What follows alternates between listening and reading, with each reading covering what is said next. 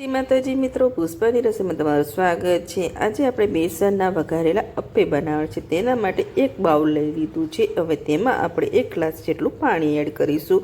1 cup બેસન છે એટલે 1 glass જેટલું પાણી એડ કરવાનું છે। પાણી નોર્મલ ટેમ્પરેચર વાળું જ લીધું છે, નથી ગરમ લીધું કે નથી ઠંડુ લીધું। હવે તેમાં આપણે મસાલા કરીશું બધા। તેમાં આપણે 1.5 ચમચી જેટલી ખાંડ લેવાની છે। પ્રોસેસ બિલકુલ આપણે ખમણ ઢોકળાની હોય છે તેવી છે, પણ ટેસ્ટ એકદમ અલગ હોય છે। તમે એકવાર જરૂરથી ટ્રાય કરજો। અને અડધી ચમચીથી પણ ઓછા લીંબુના ફૂલ લીધા છે। 1.5 ચમચી ખાંડ લીધી છે 1 ગ્લાસ પાણીમાં, અને અડધી ચમચીથી ઓછા મેં લીંબુના ફૂલ લીધા છે। અને સ્વાદ અનુસાર મીઠું લઈ લીધું છે, અને 1 ચમચી જેટલું આપણે તેલ લઈશું, ને અડધી ચમચીથી પણ ઓછી ચપટીક જેટલી હળદર લેવાની છે કલર માટે।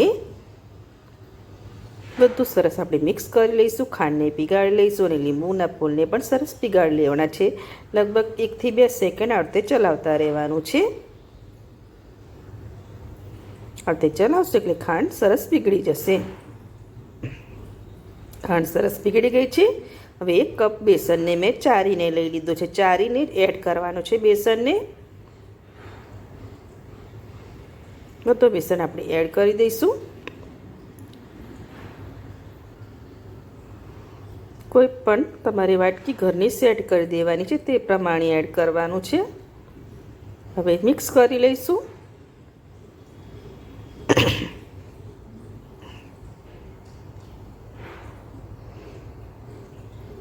જો ચારા વાગ્યા તમે લોટ એડ કરશો તો લમ્સ પડી જશે, એટલે લોટને ચારીને જ એડ કરવાનો। મિક્સ કરી લીધું છે સરસ। હવે 5 મિનિટ એને રેસ્ટ આલવાનું છે આપણે। જો બબલ્સ થઈ ગયા છે, લીંબુના ફૂલ એડ કરવાથી સરસ બબલ્સ થઈ જાય છે।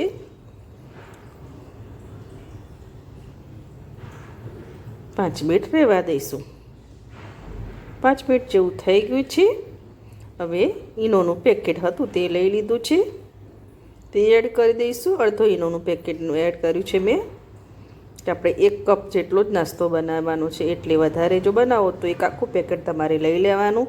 ઈનો એડ કરીને સરસ તેને ફેટી લેવાનું છે એક જ ડાયરેક્શનમાં।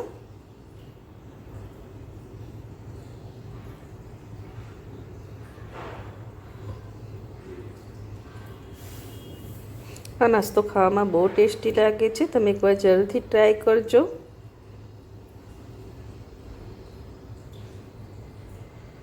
જો સરસ મિક્સ થઈ ગયું છે। આ સ્ટેજ પર તમારે મિક્સર થોડું લિક્વિડ ફોર્મમાં લાગે તો તમારે થોડો બેસન એડ કરી દેવાનો। મારો પરફેક્ટ છે। હવે મેં અપ્પે પેન લીધું છે, અપ્પે પેનને મેં તેલથી ગ્રીસ કરી લીધું છે। હવે દરેક મોલ્ડમાં આપણે મોલ્ડમાં સમાય તેટલું બેટર લઈ લઈશું। આંચ હવે સ્લો કરી દઈશું। પહેલાં મેં પેનને સરસ ગરમ કરી લીધું છે, તેલ લગાવી લીધું હતું। બધા મોલ્ડ ભરી લઈશું।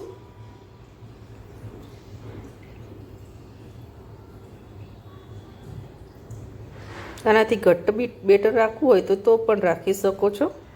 હવે તેને ઢાંકીને મૂકી દઈશું 3 મિનિટ માટે। 3 મિનિટ થઈ ગઈ છે, ચેક કરી લઈશું। નીચેથી હલકા ગોલ્ડન થઈ ગયા છે, ચેક કરી લેવાના। આ રીતે જો। હવે તેની સાઈડ ચેન્જ કરી લઈશું।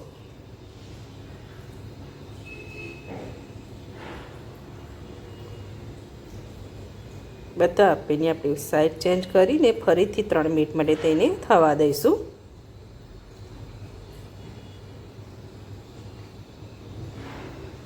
જો એકદમ સોફ્ટ બન્યા છે। સાઈડમાં ગેસ અડતો નથી, તેથી થોડા એ છે, પણ તેને પણ ઉલટ પુલટ કરીને આપણે શેકી લઈશું। ઢાંકીને મૂકી દઈશું। બધા અપ્પે આપણા થઈ ગયા છે અને મેં પ્લેટમાં લઈ લીધા છે। હવે તેને કટ મારીને 2 પીસ કરી દેવાના છે। આવી રીતે આપણે કટ મારી દઈશું। બધા અપ્પેને મેં કટ મારી દીધા છે। હવે તેનો વઘાર કરવાનો છે। તેના માટે પેનમાં આપણે 1 ચમચી જેટલું તેલ લઈ લઈશું। તેલને થોડું ગરમ થવા દઈશું। તેલ ગરમ થઈ ગયું છે, રાઈ લઈ લઈશું। રાઈને તતડવા દઈશું। રાઈ સરસ તતડી ગઈ છે। એક લીલું મરચું મેં કટ કરી લીધું છે તે એડ કરી દીધું છે, એક નાની ડુંગળીને ઝીણી કટ કરી લીધી છે તે એડ કરી દીધી છે. હલકી તેને સાંતળી લઈશું. આપણે ક્રન્ચી જ રાખવાની છે, એકદમ ચઢવાની નથી, એટલે એકાદ સેકન્ડ તેને ચલાવતા રહીશું. અને ચપટી જેટલી હળદર લઈ લઈશું આપણે.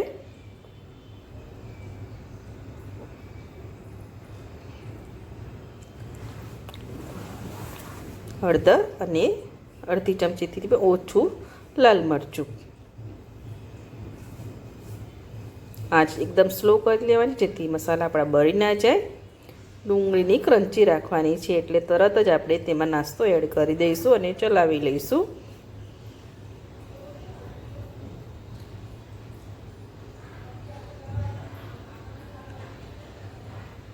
5 મિનિટ તેને આવડતે ચલાવતા રહીશું, જેથી એકદમ સરસ ક્રિસ્પી થઈ જાય નાસ્તો. આપણે બેસનના વઘારેલા અપ્પે બનાવ્યા છે, ખાવામાં બહુ ટેસ્ટી લાગે છે. તમે એકવાર જરૂરથી ટ્રાય કરજો. થઈ ગયો છે, ગેસની આંચ બંધ કરી દઈશું. હવે તેને સર્વ કરીશું. સર્વિંગ પ્લેટ પર લઈ લીધા છે અને કોથમીરથી ગાર્નિશિંગ કરી લીધી. ઝટપટ બની જાય એવો નાસ્તો છે. એકવાર તમે જરૂરથી ટ્રાય કરજો, બહુ સરસ લાગે છે. અને જો તમને મારી આ રેસીપી ગમતી હોય તો મારા વિડીયોને લાઇક કરજો, સબસ્ક્રાઈબ કરજો, બેલ આઇકન જરૂરથી દબાવજો.